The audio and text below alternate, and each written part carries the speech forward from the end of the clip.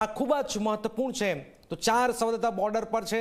જેવી ખબર આવશે ઝી 24 કલાક આપને બતાવતું રહેશે। આગળ વાત કરીએ, કચ્છ ભારત પાકિસ્તાન વચ્ચે હવે તણાવની સ્થિતિ છે। ગઈકાલે કચ્છ સરહદ પર ડ્રોન હુમલાનો પ્રયાસ થયો। જખો બંદર પર ગઈકાલે બ્લેકઆઉટ કરાયું। ઝી 24 કલાક જખો બંદર પહોંચ્યું। જખો બંદર પર હાઈ એલર્ટ છે।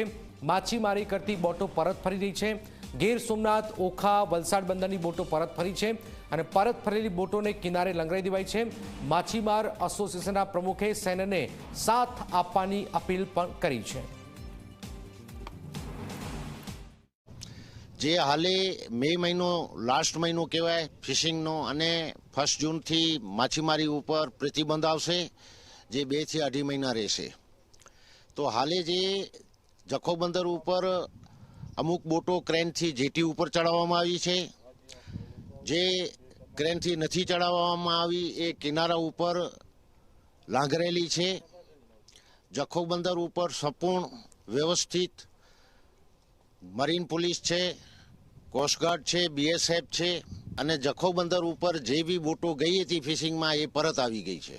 જખો બંદર માછીમાર અને બોટ એસોસિએશનનો જે વોટ્સએપ ગ્રુપ છે એમાં અમે 2 દિવસથી વોઇસ મેસેજ નાખી કરીને તમામ માછીમારોને દરિયામાં જેની પાસે પણ વોઇસ મેસેજ અને જે પણ એને કવરેજમાં આવ્યા છે એ લોકોને સૂચના મળી જતા તો એકબીજા થ્રુ કરીને બધા જખો બંદર ઉપર માછીમારો આવી ગયા છે। જખો બંદરની કોઈ પણ બોટ હમણાં દરિયામાં નથી।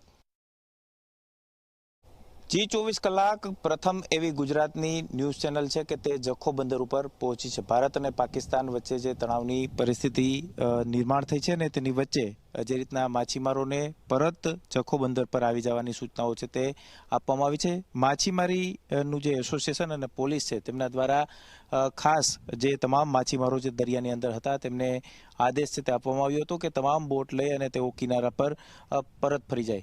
ખાસ કરીને ગીર સોમનાથ અને દ્વારકાની આ જે તમામ બોટ છે તે અત્યારે જખો બંદર ઉપર લાંગરી દેવામાં આવી છે।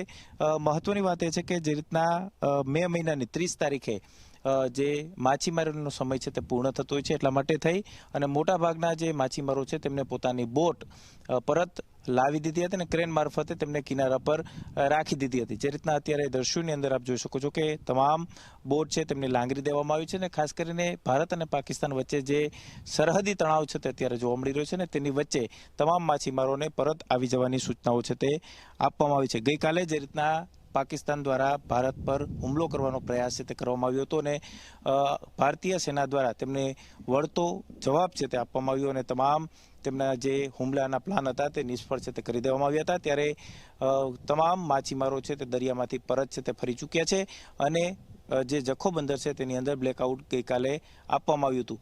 ગુજરાતની પ્રથમ એવી જે ન્યૂઝ ચેનલ જી 24 કલાક છે કે તે જખો બંદર ઉપર પહોંચી છે અને અહીંયાથી 100 કિલોમીટર દૂર જ પાકિસ્તાનની ઇન્ટરનેશનલ બોર્ડર છે તે આવેલી છે। ભારત અને પાકિસ્તાનની આ બોર્ડર પર જે રીતના અલગ અલગ જે એજન્સીઓ છે તેમના દ્વારા પણ ઓપરેશન સિંદૂર છે તે અત્યારે ચલાવવામાં આવી રહ્યું છે।